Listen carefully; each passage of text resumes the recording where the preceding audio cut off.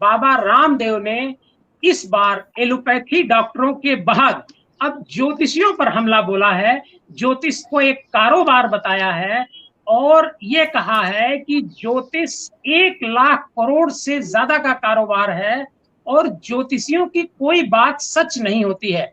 आज इस मुद्दे पर चर्चा करने के लिए हमारे साथ ज्योतिषियों का एक बड़ा पैनल है। हमारे साथ डॉक्टर अरविंद त्रिपाठी जी हैं, जिनको आप कई टेलीविजन चैनलों पर देखते हैं। हमारे साथ डॉक्टर राखी जी हैं, जो कई चैनलों पर टैरो कार्ड रीडिंग करते हुए आप देख सकते हैं उनको। हमारे साथ डॉक्टर राजेश ओझा जी हैं, ये भी कई चैनलों पर आते हैं और बड़े ज्योतिषाचार्य हैं दिल्ली से। राखी जी और डॉक्टर राजेश ओझा जी दिल्ली से जुड़े हुए हैं और डॉक्टर अरविंद त्रिपाठी जी चूंकि गांव, कोविड का सीजन है इस वजह से गांव से जुड़े हुए हैं। सबसे पहले हम इस प्रोग्राम की शुरुआत डॉक्टर अरविंद त्रिपाठी जी आपसे ही करेंगे कि आखिर बाबा रामदेव को ये क्या हो गया है जो हमेशा वो विवादित ही बयान देते हैं। अभी उन्होंने बयान दिया था कि एलोपैथी की जो पद्धति है उसकी वजह से मरीज ज्यादा मर रहे हैं, कोविड के ज्यादा मरीज मर रहे हैं और वैक्सीनेशन से भी कुछ नहीं होने वाला है। अभी इस पर पूरे देश के डॉक्टर उनके खिलाफ खड़े हुए हैं। एक दिन डॉक्टरों ने काली पट्टी बांध करके पूरे देश में प्रदर्शन किया और डॉक्टरों ने कहा कि जब तक बाबा रामदेव की गिरफ्तारी नहीं हो जाएगी तब तक वो अपना आंदोलन वापस नहीं लेंगे।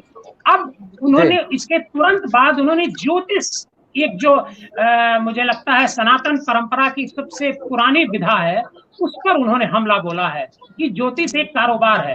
तो बाबा रामदेव क्या है ये मैं समझना चाहता हूँ। बाबा रामदेव दूसरों को तो कारोबारी बताते हैं, वो खुद क्या है? देखिए देवकी जी, पहले हम रामदेव के बारे में बताने के पहले मैं ये बताना चाहूंगी कि ज्योतिष है क्या, ज्योतिष का प्रादुर्भाव कैसे हुआ और ज्योतिष की परंपरा क्या है। तो देखिए, ज्योतिष हमारे ब्रह्मा जी, परमपिता ब्रह्मा जी, उनके मानस पुत्र नारद जी, पर्वत, याज्ञवल्क, पराशर, मिहिर, कालिदास, भृगु, आचार्य रावण, महाकवि कालिदास, ऋषि संदीपनी, महर्षि भृगु और वशिष्ठ, विश्वामित्र, पराशर, वाल्मीकि, तमाम ऐसे ऋषि हुए जिन्होंने ज्योतिष के बारे में काफी लिखा है, पढ़ा है और ज्योतिष के बारे में उन्होंने बताया है। और समय समय पर उन्होंने जो भी भविष्यवाणियां की वह भविष्यवाणियां सच साबित हुई, चाहे वह मर्यादा पुरुषोत्तम श्री राम के बारे में हो, चाहे कंस के बारे में हो, चाहे रावण के बारे में हो, चाहे आयुर्वेद के बारे में हो, चाहे योग के किसी भी बारे में जो इन लोगों ने भविष्यवाणियां की सब हुई। रामदेव को न ज्योतिष का ज्ञान है न किसी विषय का ज्ञान है, वह एक मदारी है। उनको अपना सामान बेचना होता है तो समय समय पर वह नाटक करते हैं, नाटक करके इनको सस्ती लोकप्रियता हासिल करने में इनको मजा आता है। क्योंकि जब ये लो प्रोफाइल में आते हैं तो हाई प्रोफाइल में आने के लिए एक प्रकार की सस्ती लोकप्रियता के लिए इस तरह का ये स्वांग रचते हैं ताकि लोग उनका विरोध करें। विरोध में भी एक ख्याति मिलती है क्योंकि इनके आदत में है। सबसे पहले हम आपको ये बताना चाहेंगे कि ज्योतिष और आयुर्वेद में चोली दामन का साथ है। एक अच्छा ज्योतिषाचार्य ही अच्छा आयुर्वेद का आचार्य हो सकता है, एक अच्छा आयुर्वेद आचार्य ही अच्छा ज्योतिषाचार्य हो सकता है। न तो रामदेव को इसके बारे में किसी चीज का ज्ञान है ही नहीं है। यह सिर्फ एक योग व्यापारी हैं, योग के ट्यूटर हैं, योग का ट्यूशन पढ़ाते हैं और योग को इन्होंने कैसे बेचना चाहिए एक प्रकार का व्यापारी है ये। और जो गेरुआ वस्त्र है, जो ऋषि परंपरा है, दाढ़ी बढ़ाई जाती है, जो पीतांबर पहना जाता है, सबकी अपनी मर्यादा है।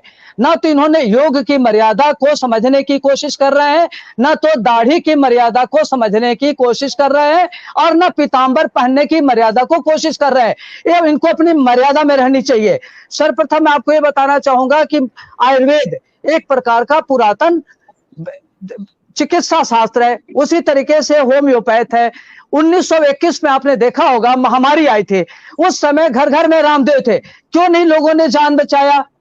एलोपैथी था जो टीका लगाया। कोई आप आयुर्वेद में बता दीजिए कि कोई टीका लगाया हो, चाहे चेचक का हो, चाहे डिप्थीरिया का हो, चाहे कोई भी चेचक हो। तो आप इस प्रकार से भारत सरकार जिस विधा पर एलोपैथी पर करोड़ों अरबों रुपए खर्च कर रही है, वह भारत सरकार को, वह ज्योतिषियों को चुनौती नहीं दे रहा है, वह डॉक्टरों को चुनौती नहीं दे रहा है, वह सीधे भारत सरकार को, मेडिकल फील्ड को चुनौती दे रहे हैं कि जिसको आप पढ़ाते हैं वह बेकार है, बकवास है। तो रामदेव की बौद्धिक दिवालिया का जांच होना चाहिए लाइब्रेरी में कि इनकी बौद्धिक दीवार, मेंटल लेवल इनका क्या है। जो व्यक्ति पढ़ा लिखा नहीं है वह डॉक्टर के बारे में, ज्योतिष के बारे में इस प्रकार का अनाप शनाप बातें कर रहे हैं, जो इनकी बौद्धिक दिवालिया का द्योतक है।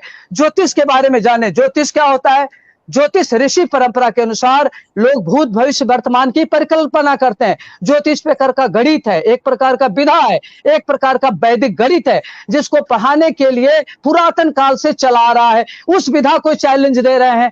तो कहीं ना कहीं से योगी रामदेव के, योगी तो है ही नहीं है, ना बाबा है, ना योगी है, ना बाबा है, ना ये संत है। संत होता है तो सारी इच्छाओं बढ़ जाती है, जिसका कोई इच्छा ना वो संत होता है। जो चित्त के विरोधियों को रोक ले वह योगी होता है।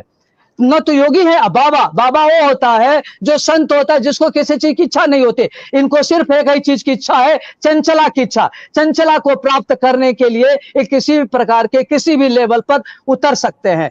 तो ये कभी मेडिकल के फील्ड में कभी किसी को इनकी आदत है, ये बोलने की ऐसी आदत है। तो एक बार हम ये कह सकते हैं कि रामदेव सिर्फ सस्ती लोकप्रियता प्राप्त करने के लिए इस तरह की स्वांग रचते हैं और अपने को चर्चा में आने के लिए इस तरह की बात करते हैं कि लोग उनको चर्चा में करके उनको हाईलाइट करें। वो सोचते हैं कि बदनाम होने से क्या फायदा, नाम तो मिलेगा, तो इसके सस्ता वो अपनाते हैं। ये मेरा कहना है जी।